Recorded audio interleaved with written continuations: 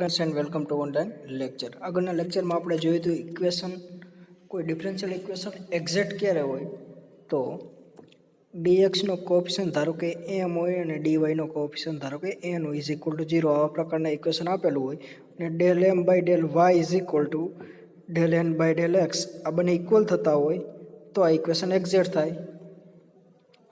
તો આવા પ્રકારના ઇક્વેશનનું સોલ્યુશન કઈ રીતે ફાઇન્ડ કરવું તો એના માટે એક ફોર્મ્યુલા છે જે તમારે યાદ રાખવાની।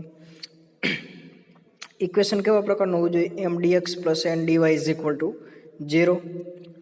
હવે m dx as it is જેમાં y કોન્સ્ટન્ટ લેવાનું ઇન્ટિગ્રેશન કરવાનું આનું m dx જેમાં y વાળી ટર્મ હોય તો y લેવાનું કોન્સ્ટન્ટ એટલે અચળ plus integration of n dy જેમાં terms of n not containing x એટલે એનની ટર્મમાં ધારો કે કોઈ x વાળી ટર્મ આવતી હોય તો એને રિમૂવ કરી નાખવાની અને એનનું dy સાપેક્ષે કરવાનું integration n is equal two constant c।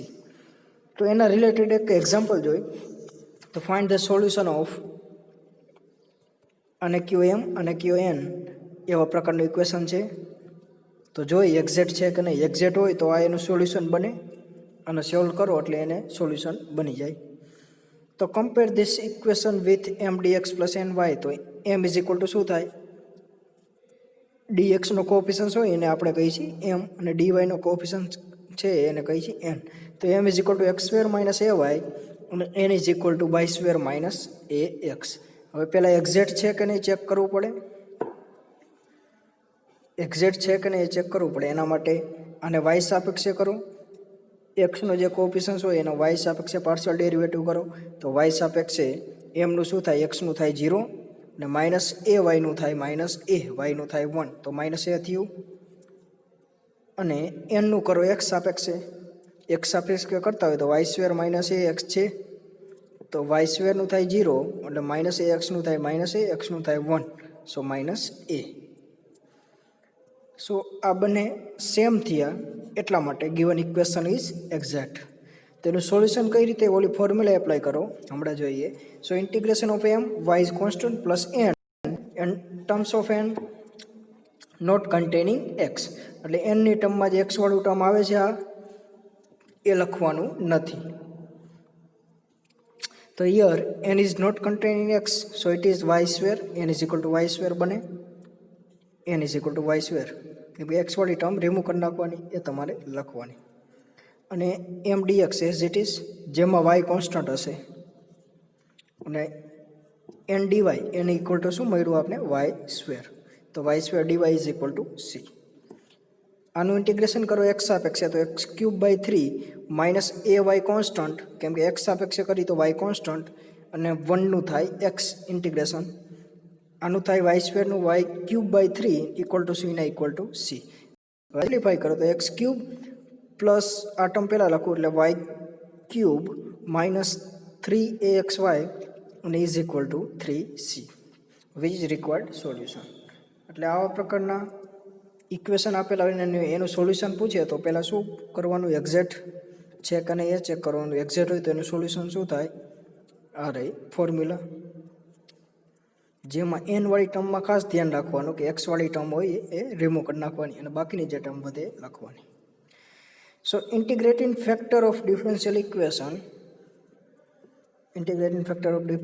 Equation sometime we have equation m dx plus m dy is equal to 0 that is not exact એટલે નોટ એક્ઝેક્ટ હોય તો શું કરવાનું પણ બટ વી મલ્ટીપ્લાય કોઈ ફંક્શન વડે મલ્ટીપ્લાય કરી તો એ એક્ઝેક્ટ બનતું હોય તો એના માટેના કેસમાં જોઈએ તો function f of x y is called integrating factor જે ફંક્શન મલ્ટીપ્લાય કરી અને આ ફંક્શન એક્ઝેક્ટ બનતું હોય ડિફરન્શિયલ ઇક્વેશન તો એફને કહેવાય integrating factor of given equation જે આ ઇક્વેશન આપેલું છે એનો કહેવાય ઇન્ટિગ્રેટિંગ ફેક્ટર કોને એફને। તો for example so that the differential equation y dx minus x dy is equal to 0 is not exact કેમ એક્ઝેક્ટ નથી કેમ કે અહીંયા એમ ઇઝ ઇક્વલ ટુ શું બને છે વાય જેનું વાય સાપેક્ષે હું પાર્શિયલ ડેરિવેટિવ કરું તો 1 બને ને એન ઇઝ ઇક્વલ ટુ છે માઇનસ એક્સ જેનું x સાપેક્ષે ડેરિવેટિવ કરું તો -1 બને છે। તો આ બંને સેમ નથી પાર્શિયલ ડેરિવેટિવ તો એક્ઝેક્ટ નથી.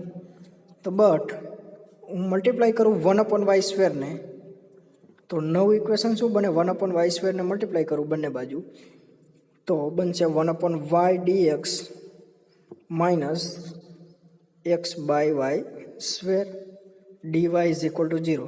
હવે આનું પાર્શિયલ ડેરિવેટિવ કરો 1/y², del m/del y શું બને? 1/y², minus 1/y². અને આનું પાર્શિયલ ડેરિવેટિવ કરું વિથ રિસ્પેક્ટ ટુ x તો માઇનસ 1/y². તો બંને સેમ થઈ ગયા.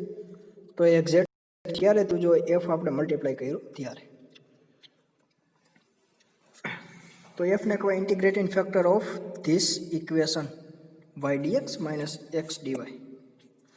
સો integrating factor found by inspection, એટલે કે એ કઈ રીતે ફાઇન્ડ કરવો તો એ જોઈ. Rule number 1, integrating factor found by inspection. એટલે જોઈને તમને ખબર પડી જવી જોઈએ કે આ કેવા પ્રકારનો હશે. થોડીક ફોર્મ્યુલા છે એ જોઈ. તો ડી ઓફ એક્સ વાય એને તમે આ રીતે લખી શકો. પહેલાં એક્સનું કરો, પહેલાં એક્સ એઝ ઇટ ઇઝ, વાયનું કરો તો d y as it is, એક્સનું કરો તો ડી એક્સ.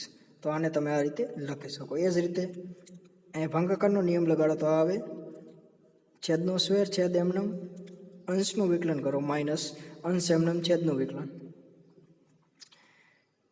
એ જ રીતે ઊંધું હોય x/y તો પણ સેમ થાય. એક્સની જગ્યાએ વાય પુટ કરો આમાં અને વાયની જગ્યાએ એક્સ પુટ કરો તો આ મળી જાય. એ જ રીતે D log y/x, D log y/x એનું થાય x dy minus y dx divide by x into y. એ જ રીતે tan ઇનવર્સ y/x, તો આવા પ્રકારનું હોય તો લખી શકો ડી tan ઇનવર્સ y/x. એટલે આ ફોર્મ્યુલા તરીકે તમારે યાદ રાખવાની છે. x dy minus y dx divide by x² plus y². આ થાય d of tan inverse y/x. So rule number 2, mx plus ny is not equal to 0, then given equation is homogeneous. Then 1/mx plus ny is an integrating factor of the equation. એટલે આ એનો integrating factor થશે ક્યારે?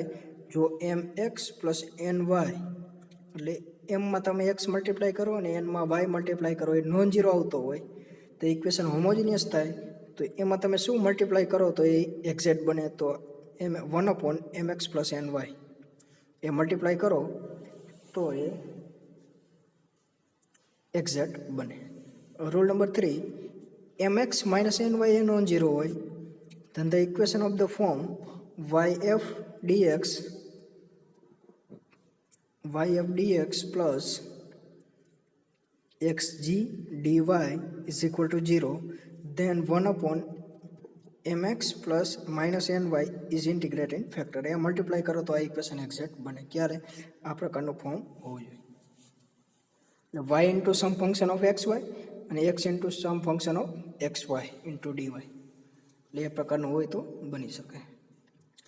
Rule number 4, del m/del y minus del n/del x divided by n is a function of x only. એટલે કે આખે આખું function એક્સનું જ ફંક્શન હોય, એમાં y વાળી ટર્મ ન આવતી હોય તો e raised to f of x dx is integrating function. એટલે એ પહેલાં ઇન્ટિગ્રેશન કરો fxનું dx સાપેક્ષે, એમાં એક્સપોનેન્શિયલમાં પાવર ઉપર ચડાવો તો એ થાય integrating factor. Rule number 5, del n/del y minus del m/del y divided by m is a function of y only. એટલે કે આ yનું જ ફંક્શન હોય, x વાળી ટર્મ ન હોય હાજર તો એને કયો gy. તો એનું ઇન્ટિગ્રેશન કરો એટલે આખી ટર્મને gy કયો, એનું e raised to y ની સાપેક્ષે કરો. આમાં કેવું હતું, del m/del y અને કીધું હતું f of x, તેનું ઇન્ટિગ્રેશન કર્યું હતું અને પછી એક્સપોનેન્શિયલના પાવરમાં ચડાવ્યું હતું. એ ઇન્ટિગ્રેટિંગ ફેક્ટર બને. અને આમાં શું છે, del n એટલે એમની જગ્યાએ શું પુટ કર્યું? n. અહીંયા જ્યાં એમ દેખાતો તો અહીંયા n પુટ કર્યું અને n દેખાતો તો અહીંયા m પુટ કર્યું. તો આ ફંક્શન થશે gy નું ફંક્શન. તો એનું ઇન્ટિગ્રેશન કરો અને ઈના પાવરમાં ચડાવો તો એ બનશે તમારો ઇન્ટિગ્રેટિંગ ફેક્ટર.